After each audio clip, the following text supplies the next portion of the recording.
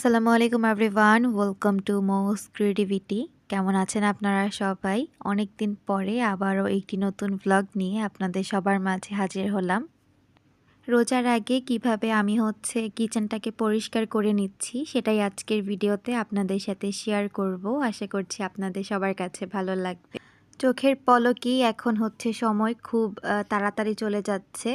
এই তো সেদিনই বছরটা শুরু হলো, আর দেখতে দেখতে এখন ফেব্রুয়ারির শেষের দিকে।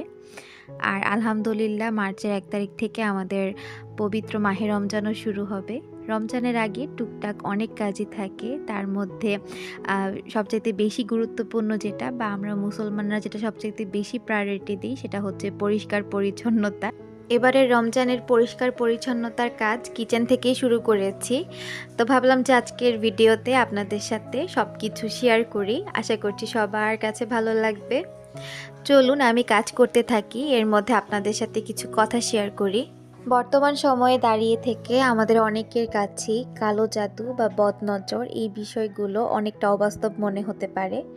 আমার নিজের কাছেও এই জিনিসগুলো একটা সময় অনেক বেশি অবাস্তব বা অযৌক্তিক মনে হতো, কিন্তু বর্তমান সময়ে দাঁড়িয়ে অনেক ঘটনা আমাদের চোখের সামনে পড়ে।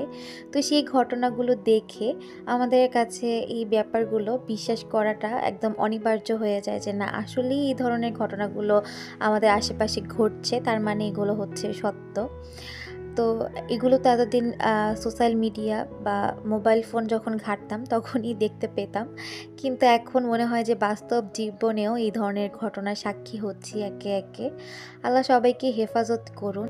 আর শুনতে খারাপ লাগলেও একটা চরম সত্যি কথা এইটা, এই যে আমরা এই সমস্ত ব্যাপারগুলো দ্বারা অ্যাফেক্টেড হই, এগুলোর পিছনে কোনো না কোনোভাবে আমাদের খুব কাছের মানুষেরাই কিন্তু জড়িত থাকে।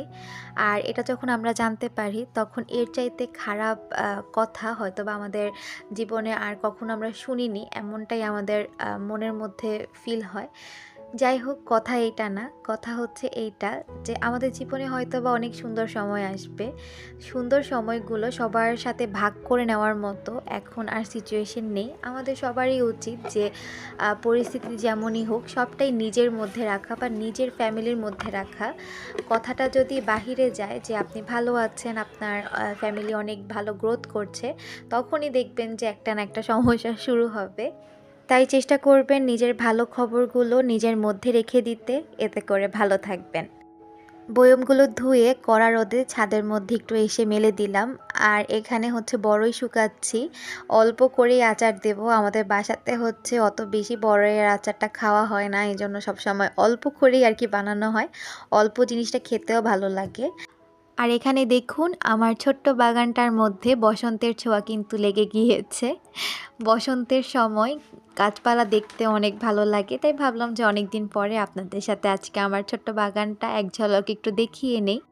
বাসায় এসে অফ ক্যামেরাতেই আমি পুরো কিচেনটাকে ভালো করে মুছে নিয়েছি এবং মশলা রাখার যে তাকটা ছিল সেটাও ভালো করে মুছে নিয়েছি। ওইগুলো আর ক্যামেরা বন্দি করতে পারিনি। রান্নাঘরের জানালার মধ্যে যেহেতু অনেক তেলকোষ্টা জমে, তাই আমি এখানে আটার যে মোটা পলি ব্যাগগুলো হয় ওইগুলো দিয়ে একটু সুন্দর করে টাইট করে বাঁধিয়ে দিয়েছি। এতে করে যখন ময়লা হবে তখন ফেলে দিয়ে আরেকটা দিতে পারবো। এইভাবেই আমার কাছে সুবিধা মনে হয়। যাই হোক, এই ছিল রোজার আগে আমার কিচেন ক্লিনিং ভ্লগ। আশা করছি আপনাদের সবার কাছে ভালো লেগেছে। যদি ভালো লেগে থাকে তাহলে চ্যানেলটি সাবস্ক্রাইব করে পাশে থেকে যেতে পারেন। আর ভিডিওতে যদি একটি লাইক আর কমেন্ট না করে থাকেন, দেরি করছেন কেন, এখনই করে ফেলুন।